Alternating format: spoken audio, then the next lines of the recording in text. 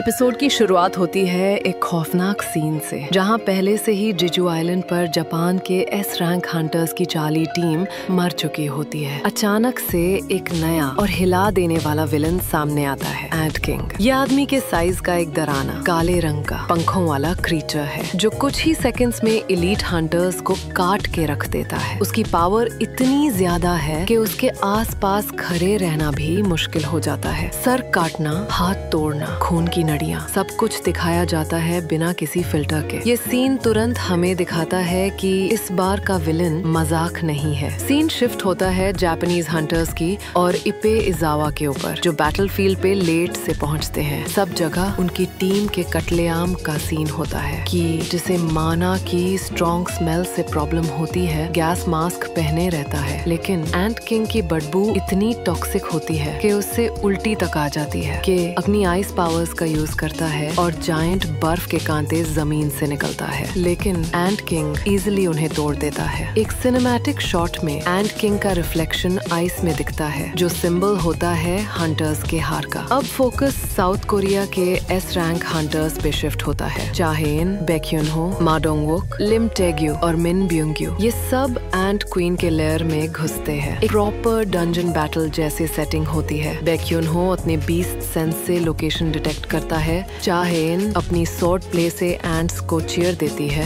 मा डोंगवुक सब हिट्स लेता है टैंक की तरह। लिम टेग्यू दूर से एरोज बरसाता है और ब्योंग्यू हीलिंग और बफ्स देता है। एनिमेशन इस सीन में नेक्स्ट लेवल का है। सारे कोरियन हंटर्स मिलके एक डेंजरस फाइट के बाद एंट क्वीन को मार गिराते हैं। फाइनल ब्लो चाहेन देती है, जहां वो एकदम डांस जैसे स्वॉर्ड मूव से क्वीन को चीयर डालती है। सब लोग थोड़ी देर के लिए सेलिब्रेट करते हैं। ब्योंग्यू अपने दोस्त उनसॉक के लिए जस्टिस होने पर इमोशनल हो जाता है। सबको लगता है सब कुछ खत्म हो गया है, लेकिन कैमरा क्वाइटली एक ए रैंक कैमरामैन को दिखाता है, जो सब रिकॉर्ड कर रहा होता है। ये हिंट देता है कि कुछ और होने वाला है। सेलिब्रेशन शॉर्ट लिव्ड होता है जब एंट किंग वापस लेयर में आता है, अपनी क्वीन की डेथ के रिस्पॉन्स में। उसकी प्रेजेंस इतनी हैवी होती है कि सारे हंटर्स कांप जाते हैं। चाहेन फिर से बदबू से परेशान होती है। आंटिंग चुपचाप क्वीन के डेड बॉडी के पास जाता है बिना हंटर्स को देखे, और फिर कहता है, मुझे इंसानों के राजा से लड़ना है। वो सबको वीक डिक्लेयर करता है और सोंग जिनवू को बुलाने की डिमांड करता है। पूरे लॉर में एक डेड साइलेंस होता है। एकदम से सबसे पेनफुल मोमेंट आता है।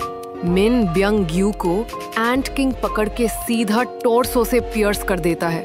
फर्स्ट पर्सन कैमरा एंगल से दिखाया जाता है, जहां ब्योंग्यू अपने दोस्त बैक्यूनहो की आंखों में देखता है, हेल्पलेस। एक स्लो मोशन सीन में एंट किंग का हाथ उसके बॉडी के पार होता है। ये सीन इतना इमोशनल है कि फैंस तक हिल जाते हैं। बैक्यूनहो का चीखना और दूसरे हंटर्स का फ्रीज हो जाना, सब कुछ ट्रैजिक होता है। दूसरे साइड पे जापानीज टीम के गोटो ryuji, मारी इशिदा और मिनोरू होशिनो बैटलफील्ड पे पहुंचते हैं। उन्हें सिर्फ अपनी डेड टीम्स मिलती है। चार्ली और डेल्टा दोनों खत्म। गोटो चेयरमैन मात्सुमोटो से कांटेक्ट करता है, जो कैजुअली कैजुअलिटीज को इग्नोर कर देता है, लेकिन एंट किंग वहां भी पहुंचता है और मारी इशिदा का सर काट देता है 1 सेकंड में। ये सीन दिखाता है कि जापानीज टीम भी कुछ नहीं कर सकती और उनके लीडर सिर्फ पॉलिटिकल गेन देख रहे हैं। चाहेन हिम्मत करके एंट किंग के सामने खड़ी होती है, लेकिन वो उसे एक थप्पड़ में उड़ा देता है। एक पावरफुल एस रैंक हंटर का इस तरह डिफीट होना पूरे मूड को डार्क बना देता है। कैमरा उसकी गिरती हुई बॉडी पे टिकता है और दिखाता है कि हंटर्स कंप्लीटली होपलेस हो चुके हैं। कैमरामैन जो सब रिकॉर्ड कर रहा होता है, उसका शॉक्ड एक्सप्रेशन ऑडियंस के शॉक को मिरर करता है। लेकिन जब सब कुछ खत्म लगता है, एक छोटी सी होप की किरण दिखती है। संग जिनवू के शैडोज, जो उसने पहले से हंटर्स के ऊपर छोड़ा था, अब रिएक्ट करने लगते हैं। ये शैडोज उनकी सेफ्टी के लिए थे और जिनवू उनके थ्रू सब कुछ देख रहा था। ये मोमेंट छोटा है लेकिन बहुत पावरफुल सिग्नल देता है कि जिनवू आने वाला है। एपिसोड का एंड होता है एक धमाकेदार क्लिफ हैंगर से। एंट किंग के चैलेंज के बाद कैमरा कट करता है संग जिनवू पर, जो दूर से सब देख रहा था। उसका फेस डिटरमिन्ड होता है। फिर एक आइकॉनिक मोमेंट, एक्सचेंज। एक वर्ड, लेकिन